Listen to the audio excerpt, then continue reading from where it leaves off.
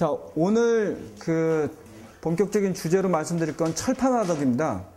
그러니까 기본 로켓 화덕의 원리나 이런 것들하고는 거의 동일해요. 그러니까 단열을 신경 쓴다. 그 다음에 작은 공기 주입구를 사용한다.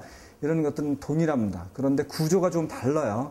구조와 용도가 많이 다릅니다. 한번 보도록 하겠습니다. 지금 여러분이 보시고 계시는 거는 변산 공동체에 같이 교육을 하면서 그 변산 공동체에서 만든 흙 벽돌과 그 다음에 뭐 연탄재, 나무재 이런 걸 단열재로 쓰고 그 지역에 있는 그 동네에 있는 흙을 갖고 이용해서 만든 철판 화덕이에요. 저 철판도 그냥 고물상에서 주워다가 대충 영접을 해서 이렇게 만드신 겁니다. 그리고 이 안에 있는 거는 연탄 도기관 있죠.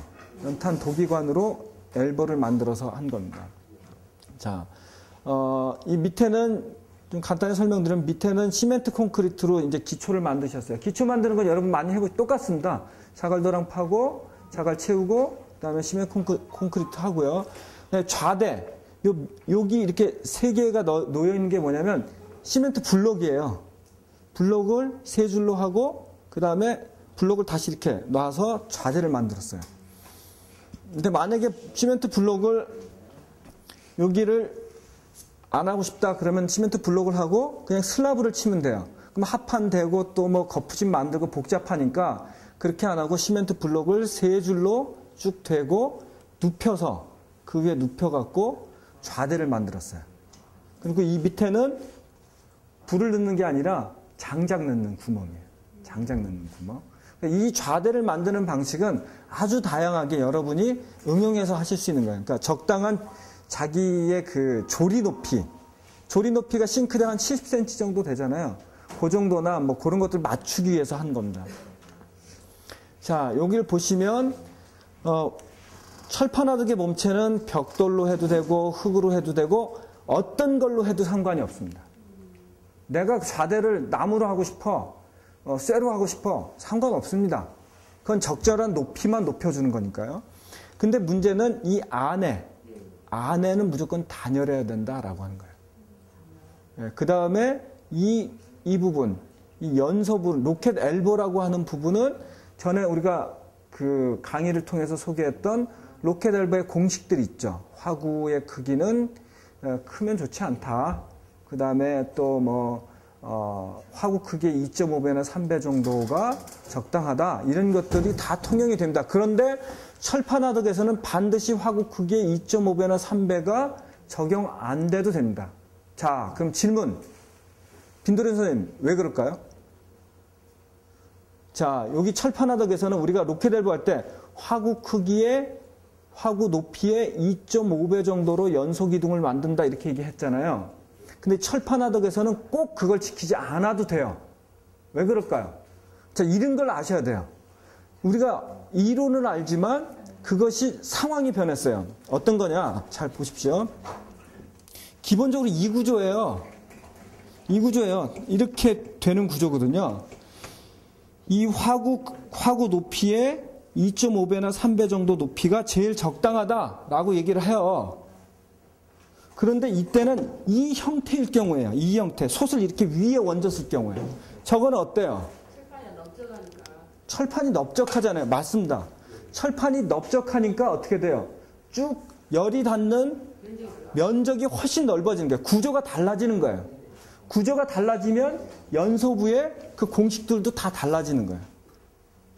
그래서 여기는 꼭 2.5배가 아니래도 2.5배를 하면 어떤 현상이 일어나냐면 이 철판, 그러니까 좌대 위쪽 부분이 너무 높아져요. 그리고 높아진다는 건 주변에 그만큼 시공하는데 비용도 많이 들고 시간도 많이 든다는 얘기예요. 그리고 불이 이렇게 쭉 닿는 면적도 솥하고는 다르잖아요. 이렇게 구조가 바뀌면 다른 부분도 같이 바뀐다라고 하는 걸 이해를 하셔야 돼요. 무슨 얘기인지 아시겠죠? 그러니까 기계적으로 공식만 외워갖고 딱딱 적용하면 뭔가가 안 맞아. 안 맞는 게 있어요. 그러니까 이런 차이들을 여러분이 이해하시면서 시공하시는 게 중요한 거죠. 자, 그럼 또 하나 넘어가 보도록 하겠습니다. 근데 여기서는 문제점이 하나 있어요. 자, 이 도면의 문제점. 지금부터는 질문을 계속 할 겁니다. 그래서 반복하면서 여러분한테 설명을 드릴 겁니다. 자, 이 도면의 문제점은 뭘까요?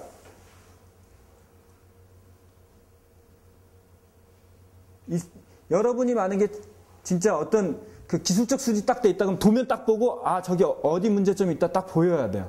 그 부위가 아닙니다. 이건 아닙니다. 큰 문제가 아닙니다. 제일 큰 문제, 심각한 문제가 있어요. 물론 이런 도면들은 무언가를 설명하기 위해서 기본 구조를 설명하기 위해서 아주 그 디테일한 부분들, 자세한 부분들을 빼고 대충 설명한 거라서 그럴 수 있는데 이 도면에 문제점이 있어요. 자, 요 구조에서는 어떻게 돼요? 바로 연통으로 넘어가잖아요. 이게 바로 그 열기가 정체되지 않고 어느 정도 머물러 있는데 열기가 휙 빠져나가는 구조로 돼 있어요. 그래서 나중에 제가 화목난로 이론이나 이런 것들을 교육할 시간 있으면 설명을 드리겠는데 화목난로나 아니면 나중에 다구화덕이나 이런 그 벽난로나 여러 가지 구조에서 중요한 게 뭐냐면 베이풀이라는 거예요. 베이풀. 그러니까 베이풀은 뭐냐면 방해장치 이런 뜻이에요. 열기가 빨리 나가는 것을 방해하는 장치. 그래서 어떻게 번역을 했냐면 열기 배출 지연장치. 열기 배출 지연장치라는 게 필요해요. 그게 판일 수도 있고 또는 한번 꺾이는 것일 수도 있고 이런 것이 있느냐 없느냐에 따라서 그 효율이 확 달라지는 거예요. 무슨 얘기인지 아시겠죠? 자, 그리고 이 안에 있는 단열재는 연탄재도 가능하고 그 다음에 펄라이트, 그 다음에 그 퓨마이스, 버미큘라이트, 아니면 나무재, 그다음에 톱밥과 섞은 흙 이런 것들이 좋아요.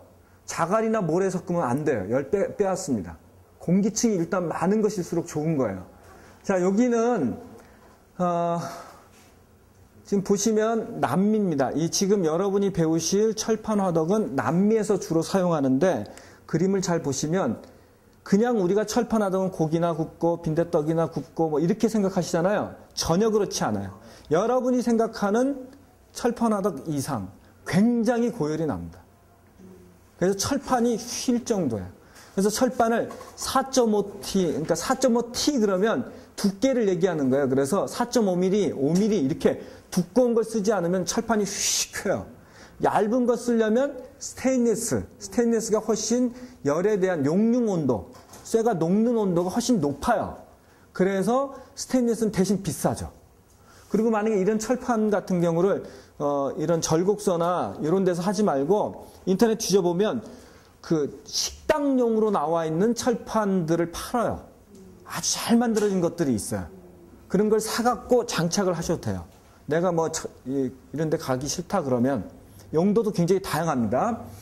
자, 그래서 이렇게 밥도 하고 국도 하고 동시에 여러 가지를 할 수가 있습니다. 자, 우리 같이 한번 저를 따라해 보겠습니다. 사진에는 정보가 많다.